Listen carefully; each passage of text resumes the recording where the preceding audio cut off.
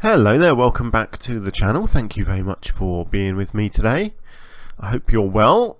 Here we are back in Planet Zoo and back in Tiny Zoo. So this is our zoo, fairly tightly packed together, quite small habitats, lots of greenery, lots of trees as you can see, all fairly sort of enclosed. That's sort of the aim of where we're going. So last episode we were over this side of the park, putting in our California sea lions. So they're in there, happily swimming away. And today we are over this side, and I'm filling in this gap over here. And there's going to be a pair of cheetahs going into this habitat. Now this is something that I noticed once I'd finished this enclosure, was that I was along the edge here. This was getting very boxy, as you can see. So we had our entrance here. Originally we then brought in a pathway along here and down to here, but then after here I did the meerkats here, and then I did the what have we got in here? Snow leopards, I want to say. I could find an animal. I think it was the snow leopards in here, wasn't it? I bet you they're sleeping down in their den. Here they are, look at them. Beautiful little things. Yeah. Oh, starving snow leopards. Okay, that's not good. Lots of issues with, for some reason, keepers just not feeding animals. I have no idea what's going on, but I've got welfare turned off luckily, so it's not like they're going to die. But yeah, sorry. So we had that there, and then I've done the cheetahs here, and so I think you can see what I mean. It's a big square habitat, another square habitat, another square habitat. So this will be the last one along this line, I promise, because it's not what I want. I don't want it to look sort of grid based, so yeah, so that is going to change. So when I finish this habitat, this pathway here is going to come around here and start creating some new shapes along this this fence. I just wanted to point that out to you because it was just something that occurred to me, and I like to share all my inner thoughts with you. So anyway, so what are we doing today? We're doing some cheetahs in here. So originally I had a keeper hut here, which was just sort of here for whoever needed it. In fact, I think it was more right over here. So I've moved that over here, and I've started constructing a building around it. So I wanted to sort of colour theme this with the cheetahs themselves. So sort of yellowy orange, brown, so that's what I've done along the side here and along the back. I've extended the outside fence all the way along here as well, and then I've built an inner fence too, and the building is out of the same materials. So the idea is you've got the keeper hut at the front here, and then the windows at the back here are looking into this area, which will be a bed area for the cheetahs. Their access will be here. So the enclosure will end here, and they will have this large square here, and then they'll be able to come around here. There's also windows high up on the wall here. So the idea is, or was, I should say, because as you know, I've already finished this completely. So what I wanted to do was have some steps coming up the side of the building here to a raised platform here where people could stop and look down into the bed area of the cheetahs. And then I wanted to do a raised platform coming out into the middle of the enclosure here, up above the cheetahs. So the cheetahs have sort of a big horseshoe shaped area around the outside of this platform, and then they can come around the back here and go into the bed.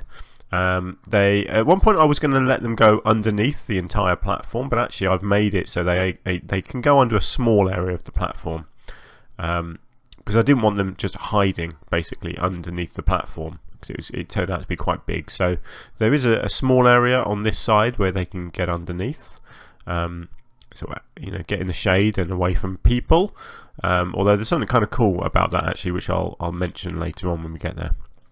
So there we go. So that was my basic idea, and as you can see, that's the start of my structures in place. The barriers are here, so I've already started sort of shaping it, as you can see.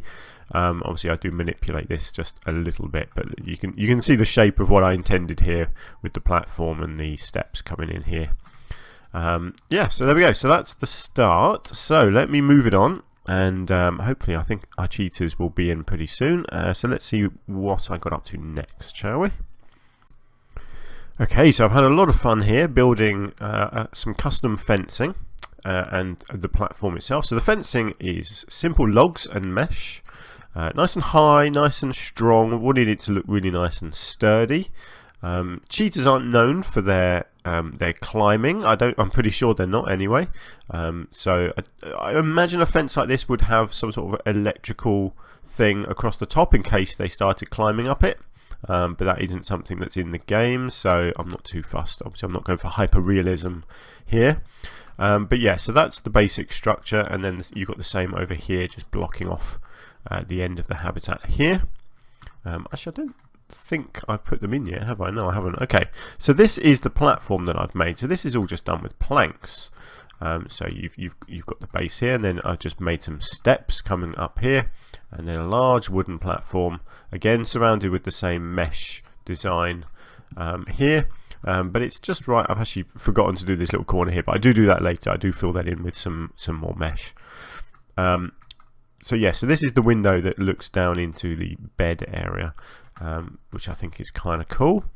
Obviously I've painted all the terrain as well, so it's all nice and sort of dirty now. And so this is the sheltered area, which I kind of liked. So they've just got this thin strip here that they can get in and underneath.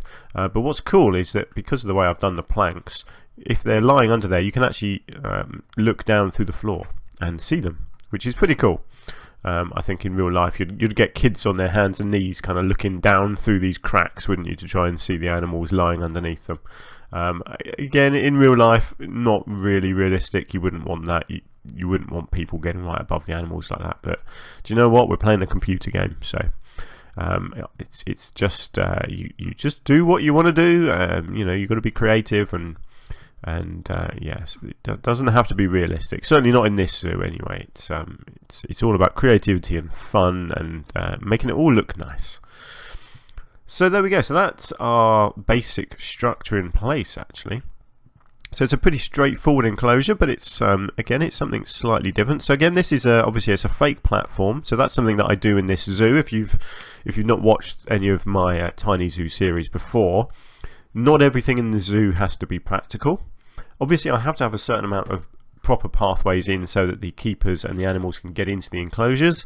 But I do sort of these fake walkways and platforms and things as well. So this one here is completely unusable by anyone in game, but it's what a real zoo would potentially look like. So that's fine. That's what I do. That's how I'm playing this zoo. If that's not your thing, then fair enough. But you know, it just allows you to be that little bit more creative of coming up with things that you can't do practically in the game, and you just make it look good instead. So there we go. So that's why I've done that. Right, let me move on, and hopefully our cheetahs will be in by the next cut. Let's take a look. Right, so I obviously got a little bit carried away during this cut, and I've done an awful lot more than I would usually do in a single cut. But there we go. That's that's what happens sometimes. Sometimes I just get going and forget to record sort of save points. But it is what it is. We are looking really good. So our cheetahs are in, as you can see. Here they are. We have Sonora and Akani. Aren't they beautiful creatures? So they're in and they're happy. They're roaming around, you know, as they do. Where should I start? So let's start with our building over here. So I went with thatched roof. I wanted to get something. Oops, excuse me. I wanted to get something that sort of matched the color scheme, and thatch seemed the obvious choice. So you've got the simple sort of pyramid shaped thatch roofs there, but then I wanted a bit more, so I used these the thatch roof eave pieces. These are really cool. So you can just make these little sort of covers, I suppose, with them. So there's one there, and then you've got one here that circles the whole of this part of the building.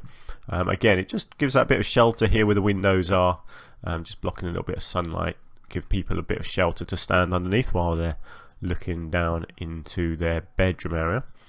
So these windows have now got some glass panels in as well. The bedroom itself is all fairly straightforward. You've got a couple of lights up here. Unfortunately, this little bit of thatch is poking through the roof here, which I hadn't noticed before, so I might come back and just move that a little bit. You've got some bedding on the floor, of course. Outside you've got a water thing, but we'll get to the outside in a minute. These windows I really like, actually. So these are a couple of different little pieces like that. So you've got the African window duplicated sideways and overlapping there, and then I've also used them sort of on their backs like this to create a bit of a thicker window base there as well. So they they kind of come into the building, but they actually just sort of stick along the side here, so they don't look too bad actually. So that works out pretty nicely. But yeah, I didn't want these windows to be open, so the animals while in here would really feel the people just standing in there working away and looking at them. That would be a bit too disturbing for the animals, so I wanted something that was a bit blacked out, so it just looked like they could be observed, but yeah, the animals wouldn't notice. These ones up here aren't so bad because they're higher up, so the animals wouldn't pay it much attention anyway, you would think. That's kind of my thinking there anyway. And then I used the same out on the front here as well, with these wider panels here. Again, just a couple of those overlapping on that front window there too, because I just think it looks really nice. It's kind of matched the theme of the building that I was going for. Up here, so I did, as you can see, I filled in this little gap here with some mesh and another post just to finish off the fencing there. Looks like a little cheetah's having a little lie down with his paws in the water. Kind of through the concrete. Looks a bit silly, but there we go. Right, anyway, sorry, what have I done in the enclosure? Right, so the walls, I've gone with this rock technique again, so I've gone with the desert rock. So this is something that I did next door along the back here, so you just cover up most of the concrete with rocks, just makes it look a bit nicer, both for us and for the animals. You know, if they're down here, they're going to want to look at rocks before they look at a big bit of concrete wall, aren't they? So yeah, it just makes it all look a bit nicer. Got a little rock formation here as well with a nice tree. Look at that, a little cheetah having some lunch. That looks yummy. Look at that, a load of feathers sticking out of a liver or something there. He's getting his face right in there, isn't he? Yum num num. Nice. Right, so trees I've gone for, let's have a look, what have we got? We've got an olive tree in here, we have the Sudanese frankincense tree, and then along the back, instead of just doing more rocks along here, I wanted to do something different. So I went with the bamboo along, sorry, not the bamboo, the elephant grass. I thought it was just the right height to mostly cover up this back wall, so that goes all the way along there, and then just got a few of these nice big poplar trees to give it a bit of height. Just mix that up with one of the smaller ones at the end there as well. And then just a bit more decorating down low with some grasses, some little, I always forget what these are, century plants. Then we have these, I love these little ones here, these drin grass. That looks lovely because it kind of looks like dying grass, doesn't it? But it's yeah, it's a lovely looking plant. So just a few of these bits around. You've got what have we got here? A Nitraria retusa bush, of course. Yeah. So yeah, that goes all the way around. I've got another water thing there. So I didn't want to put any proper water in here. I didn't feel like, you know, every habitat I do almost ends up with a little pond in it. And I just thought, let's do something different. Let's just give them some sort of water supply dishes. So they've got a couple of those. So one over by the bedroom here as well. Bit of bedding underneath here as well. So they've got the option of lying outside there or lying inside there. They do spend most of their time actually outside under this bit of shelter here. For some reason they don't really go into the bed much, but that's fine as long as they're happy. They're having their dinner now. Blimey, it wasn't long ago they were having their breakfast. Nice. So these guys are getting fed well, that's good. It just seems like the ones next door aren't, which is a bit of a shame. I wonder if they're still starving at this point. Let's have a look, shall we? And in the bed? No, they're not in the bed. Where are they? Maybe they starved to death. God, I hope not. Oh, there's one. Nope, still starving. It's really odd. Oh, look, they put food up there. Why is there food there? See, that's just weird, isn't it? That's yeah, that is just a normal tree. I don't know what's going on there. Somehow food has ended up there. I wonder if that's the problem. What about this feeder? Has that been used? No, see, they're not getting used. Where's the door? Let's have a look at the door. Let's just make sure I've got this set up right. Yeah, food quality 3, so they should be getting regular good quality food. Let's call a keeper. I do wish there was a way of making a keeper do certain things, so I could tell a keeper, yes, come in and use this feeder, top it up, or you know, I could click a button and it remove sort of scraps of food and make a keeper come and put some new stuff down. Because it looks like they're putting it in places where the animals can't get to. Maybe that's the problem.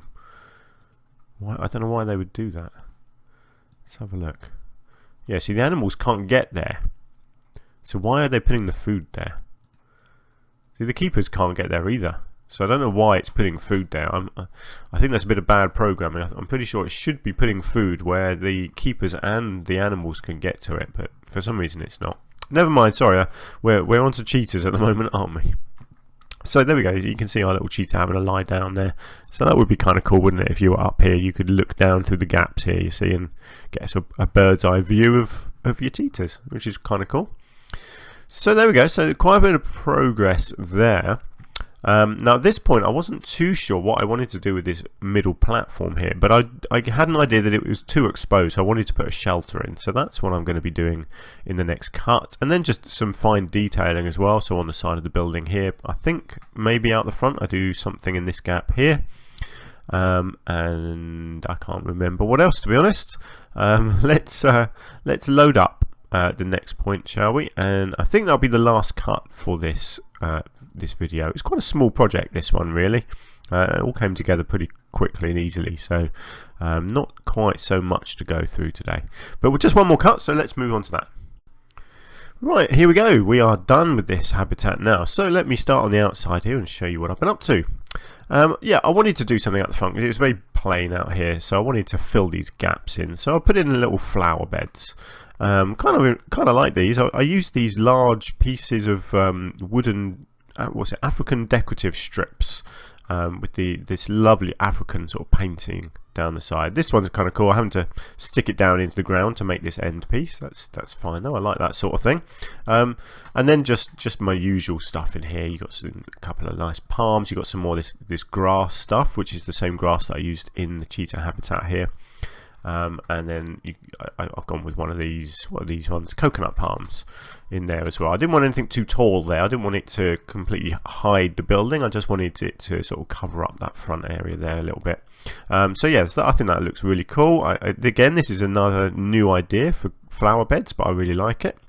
I love doing this. I love coming up with new things to use, new bits of material that you can use to create things like raised flower beds. It's great fun just scrolling through the construction materials and seeing what might be usable. So as we go up the stairs here, I put a little light. I know it's an Asian light, this one actually, but I just thought it looked nice, particularly on this wooden frame here. And then you come up here and you've got an information board here, again with a nice African frame around it. Just a little bit of decoration with the African tree. This is basically one of my favourite, isn't it? It's my umbrella trees with a cheetah sort of running along the stairs here, which I really liked. Put a light in here as well, as you can see, just up under the canopy there. And then this is our main feature really that I worked on. This is really straightforward, obviously. I think there's nothing custom about this at all. It is as simple as these wooden plank arch pieces. And then some thatch roofing on the top. It really came together within about 30 seconds, but it is exactly what I wanted it to look like. I wanted to continue the thatch theme from here, but I didn't want it to be exactly the same. And I wanted something different for the support, and I didn't want more of this log stuff because I'm not really keen on this log roll here. It doesn't look very 3D to me. It all looks a bit flat. So I wanted something different. So I've never used these before, these planked pieces, and I think it works. They're not brilliant, but it does the job. It's something a bit different. It keeps it nice and open so people in here could look out and get a good view of the habitat. So yeah, so I'm fine with that. And I'll put some lights in here as well, so you've got a light on each side here to light it up at night. Managed to get some benches in here, so to do this, because obviously these benches have to go on a pathway. Luckily, because this was raised up, all I had to do was temporarily put some pathway in underneath it, put the benches down, and then you delete the pathway but the benches stay where they are. So if I was to move one of these benches now, I couldn't put it back down again because the pathway isn't there anymore. But that is how you get things like that in places where they shouldn't be able to go. So there we go. So it's kind of a handy little thing. It's a bit silly. They should just make it so you can plonk these benches and bins down anywhere rather than having to be on a pathway. But there we go. That's again, it's just one of those annoying little quirks of the game, which you can get around most of the time, luckily.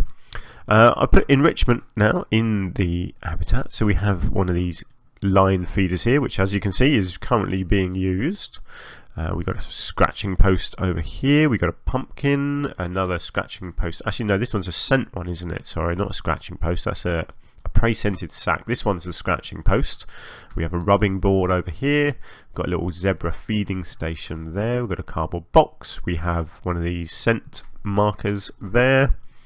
And we have another box and another feeder inside the bed area here to try and encourage them to come in here as well. So they do have plenty of things, as you can see. They're getting a bit of use out of the cardboard boxes, which is good. I love watching them actually interact with these pieces. It really is very good programming, the interaction with the cardboard boxes. Things like the meerkats and the monkeys will actually sort of dive inside the boxes, which is really cool. Oh, don't they look peaceful? Yeah, they're great. What else have I done? Oh yes, just put one of these in. Little spray, water spray thing. A little water hose. That's the word I'm looking for. Water hose in there as well. Just so they can wash down areas or clean the cheetahs themselves or whatever. And outside you've got a couple more benches and another bin and some more water drainage down the side here as well. Just a little bit of detailing for you there.